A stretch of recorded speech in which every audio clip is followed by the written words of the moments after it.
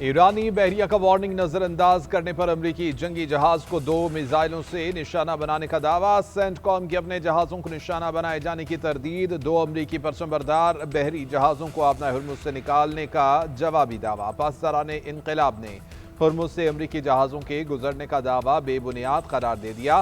ایرانی فوج کا دعویٰ ہے کہ حملوں کے بعد امریکی جہاز واپس بھاگنے پر مجبور ہو گیا۔ ایرانی بحریہ نے امریکی جہاز کو آبنائے ہرمز میں داخلے سے روک دیا۔ ادھر سینٹرل کمانڈ کا کہنا ہے کہ امریکی بحری جہازوں کو نشانہ بنانے کے دعوے حقیقت نہیں ہے۔ حقیقت یہ ہے کہ کسی امریکی نیوی شپ کو نشانہ نہیں بنایا گیا۔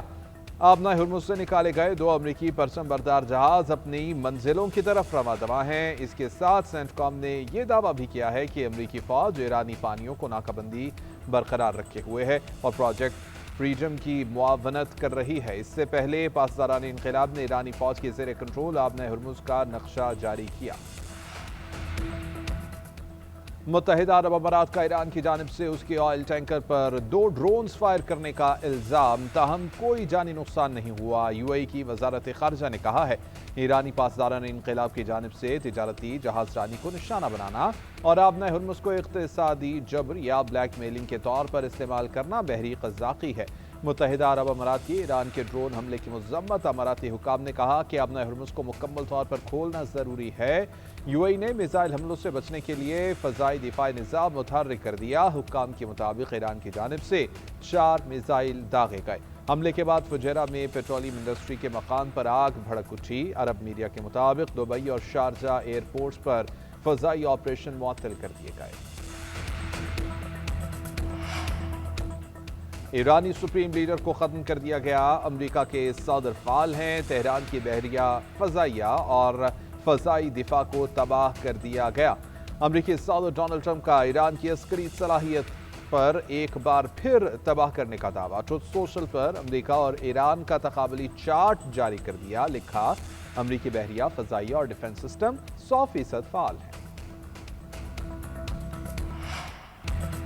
امریکی صدر ڈونلڈ ٹرمپ کا آبنائے ہرمز میں پھنسے جہازوں کو نکالنے کا اعلان۔ پروجیکٹ فریڈم کا آغاز ہو گیا۔ برطانوی میری ٹائم ایجنسی کے مطابق جہازوں کی محفوظ آمد و رفت یقینی بنانے کے لیے امریکہ نے خصوصی سیکیورٹی ایریا قائم کیا ہے۔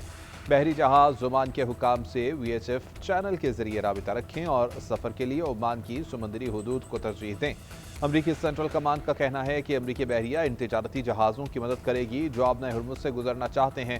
اس مشن کے لیے امریکی حمایت علاقائی سلامتی اور عالمی معیشت کے لیے ضروری ہے۔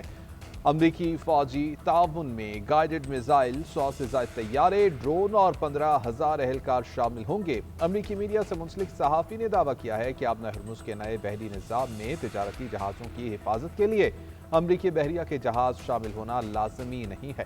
آبنائے ہرمز سے گزرنے والے تجارتی جہازوں پر ایران کے کسی ممکنہ حملے کو روکنے کے لیے امریکی بحریہ کے جہاز قریب ہوں گے۔ آبنائے ہرمز میں ایرانی کنٹرول کی خلاف ورزی کرنے والے جہازوں کو طاقت سے روکا جائے گا۔ ایرانی پاسداران انقلاب گارڈز کے ترجمان بریگیڈیئر جنرل حسین محبی کا اعلان۔ کہا ایرانی پروٹوکول فالو کرنے والے سول اور تجارتی جہازوں کی نقل و حرکت محفوظ ہوگی۔ خلاف ورزی کرنے والی بحری سرگرمیوں کو سنگین خطرات کا سامنا کرنا ہوگا۔ ضروری ہے کہ شپنگ کمپنیاں پاسداران کے اعلانات پر توجہ دیں۔ دوسری جانب ایرانی وزارت خارجہ کے ترجمان اسماعیل بخاری کہتے ہیں کہ مسلح افواج امریکی خطروں کا جواب دینا جانتی ہیں۔ امریکہ ایران کے خلاف جھوٹے دعوے دہرانا جاری رکھے ہوئے ہے۔ اسماعیل بخاری کا امریکہ کو اپنے مطالبات سے دستبردار ہونے کا مشورہ۔ کہا کہ امریکہ کا جواب پاکستان کے ذریعے موصول ہوا ہے، اس کا جائزہ لیا جا رہا ہے۔ ایسے فریق سے معاملہ کر رہے ہیں کہ جس کی رائے ہر روز بدلتی ہے۔ ہم جنگ کے خاتمے کے علاوہ کسی معاملے پر بات نہیں کر رہے۔ خطے میں قیام امن کے لیے پاکستان کی سفارتی کاوشیں جاری۔ نائب وزیر اعظم اسحاق ڈار کا ایرانی وزیر خارجہ عباس عراقچی سے رابطہ۔ دونوں رہنماؤں کے درمیان خطے کی صورتحال اور قیام امن سے متعلق تبادلہ خیال۔ ترجمان دفتر خارجہ کے مطابق عباس عراقچی نے پاکستان کی مثبت کردار اور مخلصانہ ثالثی کو سراہا۔ نائب وزیر اعظم نے مثبت روابط کو فروغ دینے کے لیے مستقل عزم کا اعادہ کیا۔ کہا کہ مسائل کا پائیدار حل صرف بات چیت اور سفارتکاری سے ہی ممکن ہے۔ خطے میں دیر پا امن و استحکام کے لیے اپنی کوششیں جاری رکھیں گے۔ نائب وزیر اعظم سے ناروے کے نائب وزیر خارجہ کی بھی ملاقات، خطے کی صورتحال پر تبادلہ خیال۔ اسحاق ڈار نے کہا کہ علاقہ یم کے لیے سفارتی رابطوں اور مکالمے پر مسلسل زور دے رہے ہیں، تنازع کے پرامن حل کے لیے کوششیں جاری رکھیں گے۔ امریکہ نے آبنہ ہرمز کھلوانے کے لیے چین سے حمایت مانگ لی۔ امریکی وزیر خزانہ اسکاٹ بیسنٹ نے کہا کہ چین ایران پر آبنہ ہرمز کھولنے کے لیے دباؤ ڈالے اور آبنہ ہرمز کھولنے کی حمایت کرے۔ آبنہ ہرمز کا تنازع امریکہ ایران مذاکرات کا اہم معاملہ بن چکا ہے۔ معاملے پر امریکی صدر کی چینی ہم منصب سے بھی فون پر بات چیت ہوئی تھی۔ بدقسمتی سے چین نے ایران سے تیل خریداری جاری رکھی ہوئی ہے۔ ترجمان ایرانی نیشنل سیکیورٹی ابراہیم رضائی کہتے ہیں کہ آبنہ ہرمز کھولنے کو ایک ٹویٹ سے بند یا کھولا نہیں جاتا۔ آبنہ ہرمز کھولنے کا راستہ یا تو شکست کو تسلیم کرنا ہے یا کسی معاہدے پر پہنچنا ہے۔ سوشل میڈیا پر جاری بیان میں ابراہیم رضائی نے مزید کہا کہ آبنہ ہرمز کھولنے کا راستہ آبنہ ہرمز پر ایران کی خود مختاری اور بالادستی کو تسلیم کرنا ہے۔ عالمی منڈیوں میں خام تیل کی قیمتوں میں اتار چڑھاؤ کا سلسلہ جاری۔ برنٹ خام تیل کی فی بیرل قیمت $111 تک پہنچ گئی۔ WTI کی $104 پر ٹریڈنگ جاری۔ ایشیائی اور یورپی سٹاک مارکیٹوں میں ملا جلا رد عمل۔ Pakistan stock exchange 100 index 954 points اضافے کے ساتھ 1,63,948 پوائنٹس پر بند ہوا۔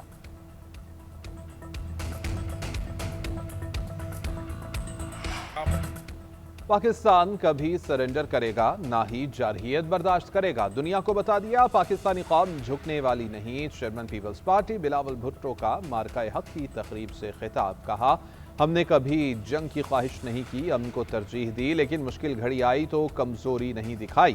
پاکستان نے جارحیت نہیں بلکہ ضرورت کے تحت دفاع کیا، یہ جدوجہد خواہش نہیں بلکہ قومی ذمہ داری تھی۔ پاکستانی قوم نے مثالی اتحاد، جذبے اور عزم کا مظاہرہ کیا۔ سرحدوں سے باہر کچھ عناصر تاریخ کو مسخ کرنے کی کوشش میں مصروف ہیں۔ جھوٹے پروپیگنڈا کے ذریعے حقائق چھپانے کی سازش کی گئی۔ دشمن سمجھتا تھا کہ پاکستان کو توڑا اور ہرایا جا سکتا ہے۔ تاریخ شور سے نہیں ثابت قدم قوموں سے لکھی جاتی ہے اور پاکستان ہر آزمائش میں ثابت قدم رہا۔ وفاقی کابینہ میں بجٹ کے بعد رد و بدل کا امکان۔ وزیر اعظم نے وفاقی کابینہ میں رد و بدل سے متعلق ابتدائی مشاورت مکمل کر لی۔ ذرائع کے مطابق شہباز شریف کا 3 وفاقی وزراء کی کارکردگی پر عدم اعتماد کا اظہار۔ ایک اہم اتحادی سمیت 2 لیگی وزراء سے وزارتیں واپس لی جائیں گی۔ کابینہ کے 6 اراکین کی وزارتیں تبدیل کیے جانے کا امکان ہے۔ کابینہ میں بلوچستان سے 2 اور خیبر پختونخوا سے 1 وزیر کو شامل کیا جائے گا۔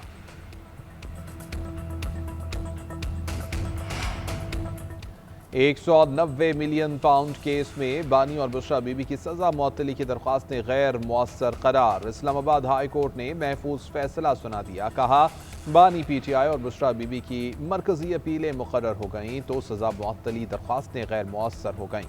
اسلام آباد ہائی کورٹ کا مرکزی اپیلیں سننے کا فیصلہ 7 مئی کو سماعت کے لیے مقرر۔ مرکزی اپیلیں سننے کے باعث سزا معطلی کی درخواستیں غیر مؤثر قرار دے دی گئیں۔ چیف جسٹس سرفراز ڈوگر اور جسٹس محمد آصف پر مشتمل ڈویژن بینچ نے محفوظ فیصلہ سنا دیا۔ بشرا بی بی سے اہل خانہ اور ذاتی معالج کی ملاقات کی درخواست پر سماعت۔ اسلام آباد ہائی کورٹ کا سپرنٹینڈنٹ اڈیالہ جیل کو 2 روز میں فیصلہ کرنے کا حکم۔ جسٹس ارباب طاہر نے ریمارکس دیے، سپرنٹینڈنٹ اڈیالہ جیل درخواست پر پروسیسنگ آرڈر جاری کریں گے، 6 مئی کو ذاتی حیثیت میں پیش ہوں۔ عدالت نے کیس کی مزید سماعت 6 مئی تک کے لیے ملتوی کر دی۔ ادھر بانی کا ایکس اکاؤنٹ بند کرنے کی بھی درخواست۔ Chairman P T I barrister Gohar کو نوٹس جاری کر دیا گیا، جواب طلب۔ سلمان اکرم راجہ کی ملاقات نہ کرانے پر توہین عدالت کیس، جیل حکام سے جواب طلب کر لیا گیا، سماعت 1 ہفتے تک کے لیے ملتوی۔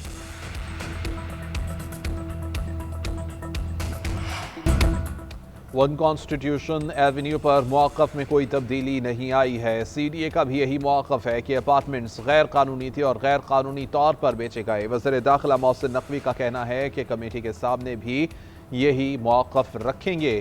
میرا نہیں خیال کہ پاکستان کی تاریخ میں اتنا بڑا فراڈ ہوا ہوگا۔ اس میں بیوروکریٹس، ججز، سیاستدان اور بینکرز سب شامل ہیں۔ اس معاملے میں 21 سال تک پیسہ کھلایا گیا۔ ادھر ون کانسٹیٹیوشن ایونیو کی قائم کردہ کمیٹی کا پہلا اجلاس، کابینہ ریویژن کے اعلامیے کے مطابق اجلاس میں سی ڈی اے سے بریفنگ لی گئی۔ کمیٹی کل بھی سی ڈی اے سے مزید حقائق جانے گی۔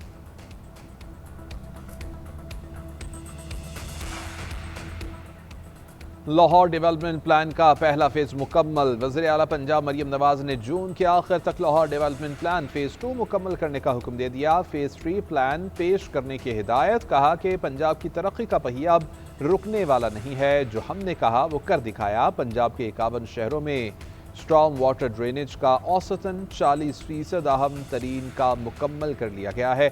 ایک اور اجلاس میں مریم نواز نے صوبے میں 27 نئے سہولت بازاروں کی تکمیل کے لیے جولائی کی ڈیڈ لائن دے دی ہے۔ ان بازاروں میں اوپن مارکیٹ سے 40% سے کم ریٹ پر پھل اور سبزیاں دستیاب ہوں گی۔ کہا پنجاب بھر میں عوام کو سبزیوں اور پھلوں پر واضح معاشی ریلیف ملے گا۔ مارکہ حق میں بھارت کو بتا دیا کہ اس کی حیثیت کیا ہے۔ بھارت نے فالس فلیگ کے الزام پاکستان پر ڈالا۔ ہم نے اس وقت بھی امن کی بات کی، وہ سمجھے کہ پاکستان کمزور ہے، ہم نے اس کا خواب چکنا چور کر دیا۔ وزیر اعلیٰ سندھ مراد علی شاہ کا مارکہ حق سے متعلق تقریب سے خطاب، کہا کہ پاکستان نے جنگ مسلط کرنے پر بھارت کو مزہ چکھایا۔ ہم نے ان کے رافیل سمیت کئی جہاز گرائے۔ ہماری قوم بھارت کے ڈرون گرا رہی تھی، کچھ ہی گھنٹے میں انہیں ادراک ہوا کہ پاکستان سے لڑنا سمجھداری نہیں۔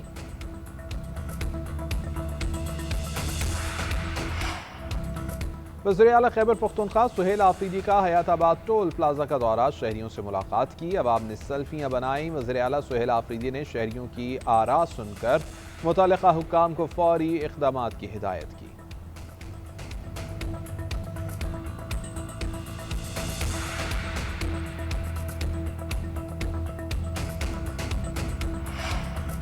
کراچی شدید گرمی کے لپیٹ میں، پارہ 44 ڈگری کو چھو گیا، شدت سے 39 سے 48 محسوس کی گئی۔ شہر قائد میں 8 افراد گرمی کی شدت برداشت نہ کر سکے، اسپتالوں میں دم توڑ گئے۔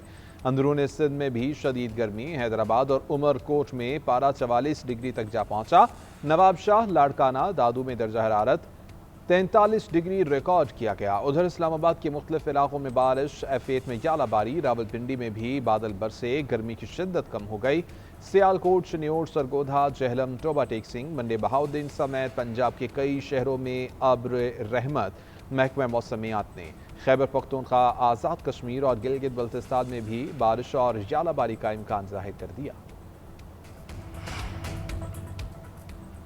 موسمیاتی تبدیلیوں سے متاثر ممالک میں پاکستان سر فہرست۔ چیئرمین NDA میں لیفٹیننٹ جنرل انعام حیدر کہتے ہیں کہ زمین کی درجہ حرارت میں اضافہ ہو رہا ہے۔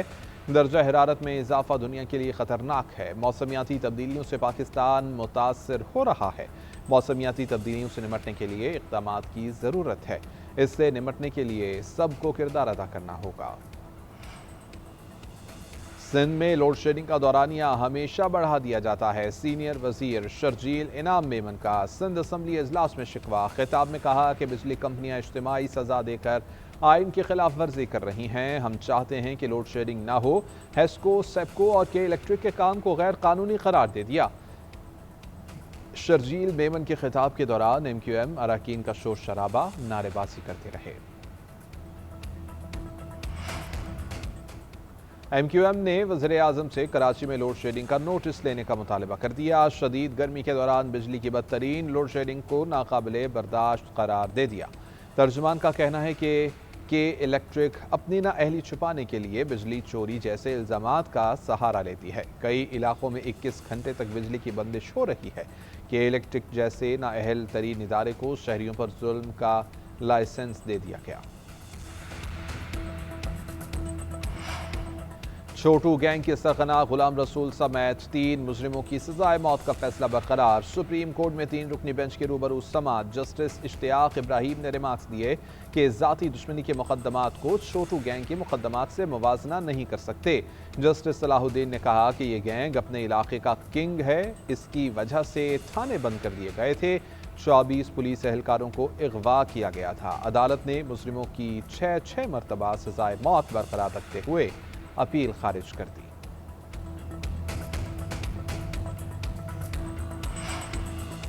گلوکارہ میشا شفیع کے خلاف 50 لاکھ خرچانے کا فیصلہ مشروط طور پر معطل۔ لاہور ہائی کورٹ کا میشا شفیع کو جرمانے کی آدھی رقم ہائی کورٹ میں جمع کرانے کا حکم۔ 25 لاکھ روپے کے شورٹی بانڈز جمع کروانے کی ہدایت کر دی۔ عدالت نے ہرجانے کی حد تک فیصلہ مشروط طور پر معطل کر دیا۔ گلوکار علی ظفر کو نوٹس جاری کر دیا گیا جواب طلب۔ کراچی میں 5 مقامات پر مویشی منڈیاں لگیں گی۔ کمشنر نے اجازت دے دی۔ نوٹیفیکیشن کے مطابق اتوار بازار، نارتھ کراچی، KMC گراؤنڈ میں مویشی منڈیاں لگائی جائیں گی۔ سفاری پارک اور گلستان جوہر بلاک 5 اور 6 میں مویشی منڈیاں قائم کی جائیں گی۔ بکرا پیڑی لیاری اور کورنگی میں خالی پلاٹ پر مویشی منڈی قائم ہوگی۔ KMC نے 11 مقامات پر منڈیاں لگانے کی اجازت مانگی تھی۔